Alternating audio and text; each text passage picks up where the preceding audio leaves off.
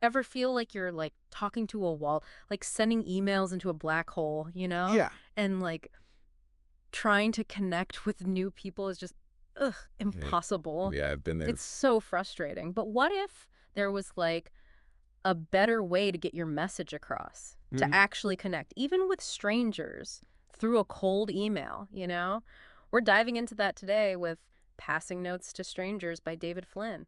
The thing that grabs you about this book is how it starts with this, like, basic human need to connect, Right. to get your point across. And Flynn, he links it back to, something we've all done passing notes, Yeah. like from childhood secrets to those messages we sent in high school. Oh, totally. And you know that feeling you get, it never really goes away. What's that? That feeling of, hello, is anyone out there? Whether it's a job application or pitching an idea, that silence is deafening. Ugh, the worst. But Flynn, he actually moves beyond those typical, like, just be yourself platitudes and gives us a real framework. Okay. He calls them the 4 C's: collecting, connecting, crafting, and caring. I like it. A good framework. And it's not just theory, right? Flynn uses real examples, even from his own work and, business development, makes it practical, don't you think? Totally. Like in chapter 1, Why Do We Do It? He kicks things off with this powerful analogy comparing cold outreach to, get this, launching a rocket. A rocket. Yeah, he says you need that initial massive push, to break free of gravity. Gain traction, right. Exactly. And just like a rocket needs the right fuel, your outreach can't just be some generic message blasted out to everyone, right? Yeah. It's got to be high quality to really resonate. It's like, what's that saying? You can lead a horse to water. But you can't make it drink. Exactly. Yeah. You can send out thousands of emails, but if they're not interesting or relevant, no one's biting. He even questions those clickbait subject lines like, quick question, sure, you might get more opens, but But at what cost? exactly. You risk your credibility in the long run. Right. It's like crying wolf. People stop believing you even when you've got something important to say. So if we're not supposed to resort to those, like, tactics, how do you approach someone you don't know? That's where chapter 2 comes in, collecting. Now, he uses this term, cyberstalking. Ooh, that sounds a little... It's not what you think, okay? It's not creepy at all. He's talking about ethical, targeted research. It's about really getting to know your audience. Their needs, interests, all that. Exactly. So you can tailor your message, make it resonate. He uses this great anecdote about Malcolm Gladwell. The author. Yeah. So Gladwell's on a plane and he meets someone who's read his book, right? And the guy's like, yeah, I only read like 3 books max a year. Book draw. Yeah. And it really hit Gladwell. It totally changed how he thought about his writing.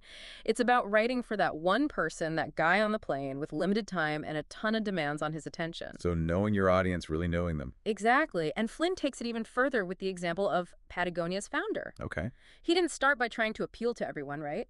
He designed gear for himself and his climber friends, people he knew. So it was authentic. Exactly. It met a real need for a specific group. Reminds me of the Pareto principle. 80% of your results come from 20% of your efforts. Right, the 80-20 rule. Instead of trying to please everyone, Yeah. focus on that 20% who are most likely to respond to your message. Right. Laser focused instead of just like blanket messaging everyone. And speaking of finding those commonalities, Flynn has this great example about going beyond. The generic, oh, we both like, pizza. Exactly. It's more like we both got stuck on that same roller coaster when we were kids. Or we both love that little bookstore with the talking parrot. Yes. You're speaking their language, but on a deeper level. Exactly. You're showing them you get them. You're not just sending out mass emails. It's genuine.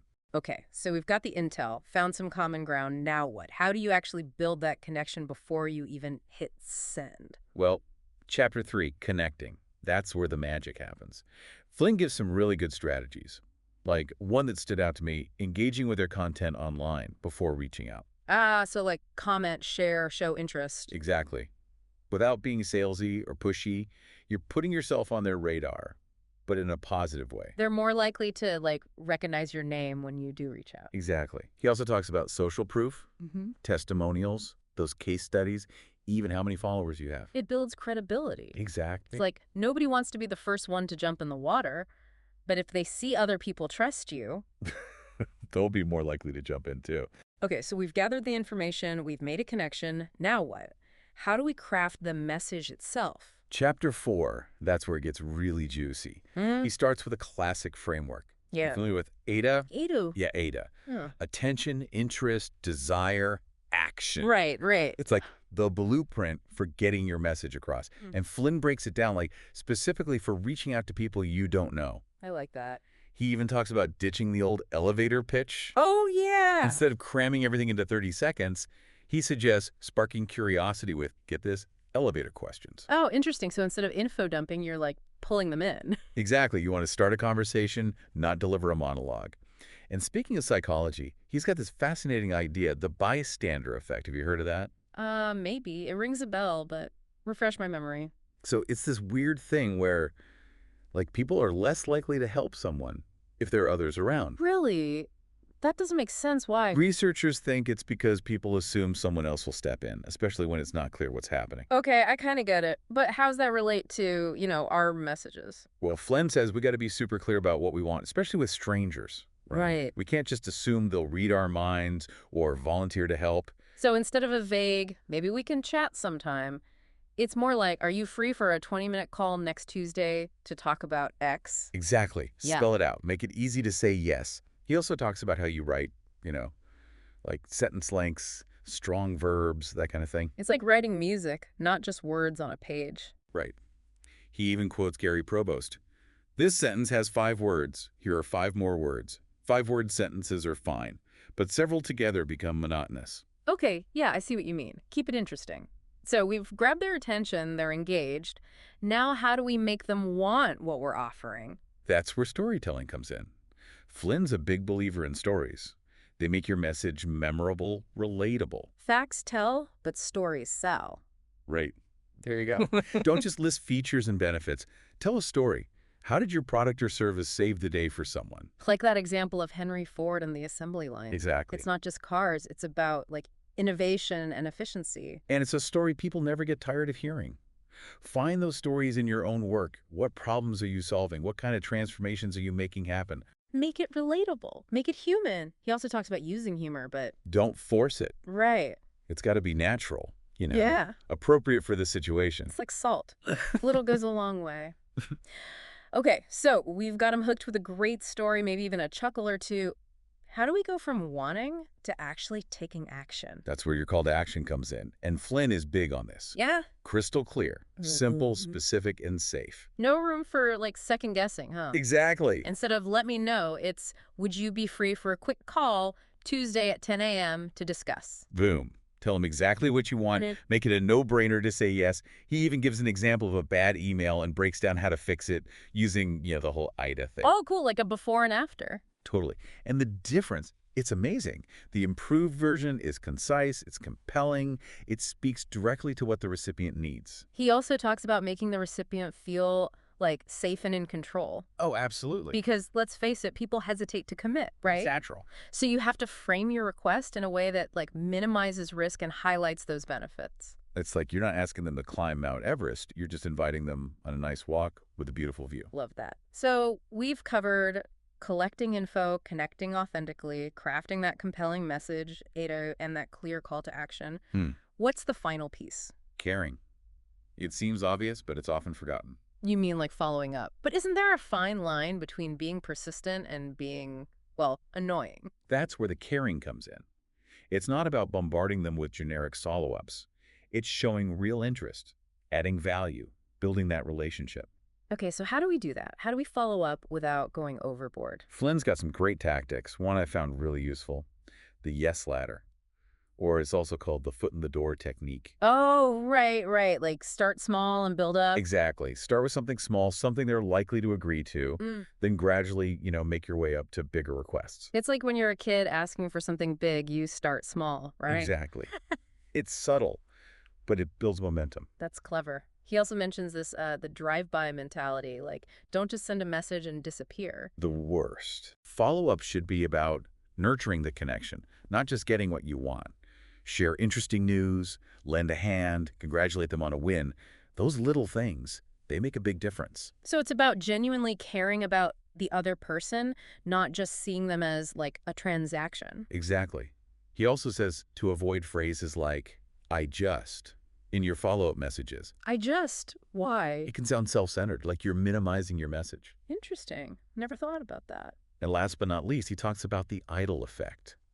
Have you noticed how people get so invested in shows like American Idol? Oh, totally. Voting for their favorites, following them online, the whole thing. Right. They're emotionally invested. And And Flynn suggests, why not do the same with our communication? interesting. Invite people behind the scenes. Share your process, even your struggles. Instead of just the finished product, you're showing the journey. Exactly. You're building a connection, a shared story. That's smart. He also talks about minding the gap, being clear in how you communicate and managing expectations. So important. People hate uncertainty. If you're going to be late with something, or if plans change, don't leave them hanging. Yes, communicate. It shows respect for their time. Exactly. And finally, he shares this really cool technique called the Don Vaughn method. It's all about reaching out in multiple ways in a short amount of time. So not just one email, but maybe a LinkedIn message too. Yeah. Or even a handwritten note. You got it. You could even ask a mutual contact for an intro. The point is, create some momentum, cut through the noise. He tells this story about a neuroscientist, right? Yeah. Trying to get his book published. Yes, David Eagleman. And he used this Don Vaughn method to reach out to this literary agent he really wanted to work with. He was persistent. Yeah. Had 3 different people contact her within 2 days. And it worked. She was so impressed she signed him. It goes to show a little creativity and strategy can go a long way. So it's not just sending a message, it's about creating like a symphony of touch points, all these voices amplifying your message and your value. You know, that Don Vaughn method, it reminds me of that scene in Wall Street, with Bud Fox trying to get to Gordon Gekko. Oh, yeah. He doesn't just call once, he's calling like every day, multiple times, even sends a birthday cake. He was persistent, that's for sure. But the thing is, it's not just about being relentless, right? Bud, he does his homework. He knows about Gekko's deals, his interests, even where he went to school. He used what he knew to be more effective. Right. Right. He's using those C's, collecting and connecting, to make his outreach, more targeted. And it's not manipulation. Hmm. Flynn would say it's about showing you're genuinely interested, not just sending a generic message. You've taken the time to understand who you're trying to reach. It's about, being a problem solver, not just showing up with a problem. Speaking of which, there's this concept Flynn uses that I love, selling $10 bills for $1. Oh, yeah, I like that one. Because if you just walk up to someone and offer that, their guard goes up, right? Of course. What's the catch? Right. They're suspicious. Like, why is this person being so generous? They don't see the value because there's no, context, no trust. Exactly. But if you've built that rapport, shown your expertise, that you actually care about their needs, offering a solution, even if it seems unbelievably valuable, it becomes more natural. You're not selling them a $10 bill, but something worth way more. Exactly. It's about positioning yourself as someone who could help them, not just sell them something. And that brings us back around to Flynn's 5 C's, right? Collecting, connecting, crafting, caring, and committing.